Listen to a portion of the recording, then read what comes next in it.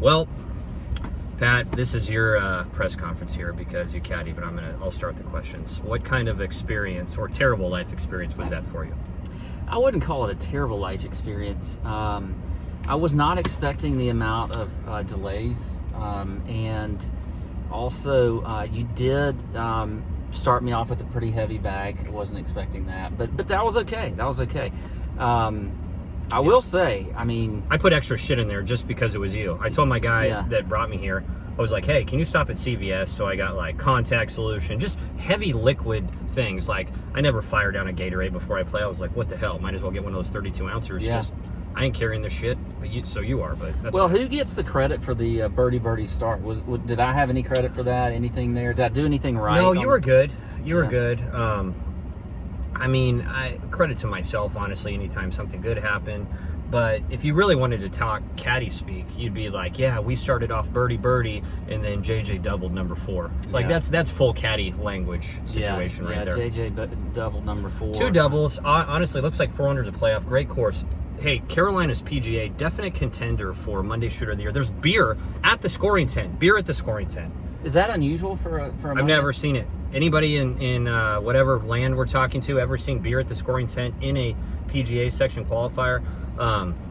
That was beyond nails. So those guys were great. It went from last summer during COVID, couldn't even get water, so I was trying to chug hand sanitizer. So now we have beer in the coolers at the PGA Monday Shooter. So I think I've changed the game. Credit to myself. I may retire. Well, and also you haven't seen this, but when I parked, so now we're in my truck, and when I first parked, though, I did a little video. And I was talking about what I was worried about, some things I needed to know before I needed to see that. That would have helped me. Well, I was a little worried about where the caddy dining area was. Apparently, there was no caddy dining area. No. This is actually special, though, because obviously you had a pregame shit or whatever was happening, and you got to use the locker room. That's usually, caddies are usually blue water only. Yeah, I just walked in there like I was a damn member. You owned it. Yeah, like that's what you got to do. I mean, that's what, you have to do that in any club. Just walk in like you own it, or you're a member or something like that. Another thing, I was wondering about bathrooms along the course. I just used the course. I mean, like most. You're wondering about things like that are. I mean, I would have been nervous about other stuff. Yeah, those were the things I was nervous about. Like you didn't give a shit about me getting penalized or whatever. You were just like, no. I felt pretty good that wasn't going to happen. The thing that they like to do in these qualifiers is apparently they like to put nice Yeti coolers around on the golf course and not put anything in them. They just leave them empty.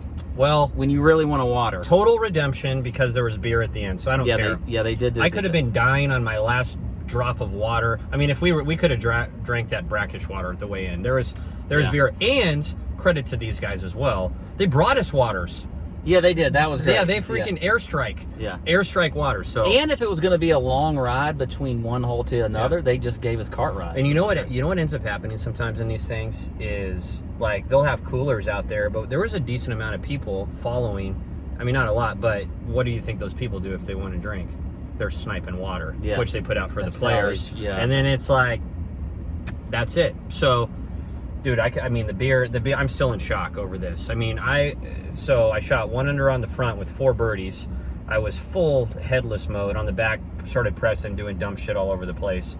Couldn't make a putt. Greens are a little grainy. I think the great course for Monday Shooter, but the greens were grainy, and I think a lot of guys were playing it blind. I think that's why only 4 under got in play. What do you think? Yeah, I think you're right. Good course. Credit to you for grinding, and I mean, you.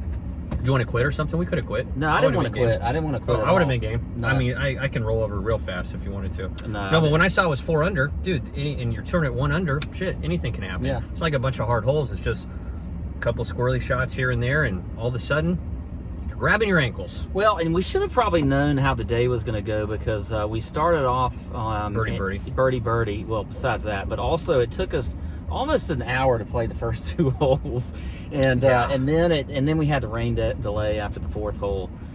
So it was just. But you know what? It was a fun time. I enjoyed being a caddy. I think I learned a lot. You're retired though, right? I was a little tired. I didn't realize. No, you're probably retired. Oh, retired. Yeah. You're done.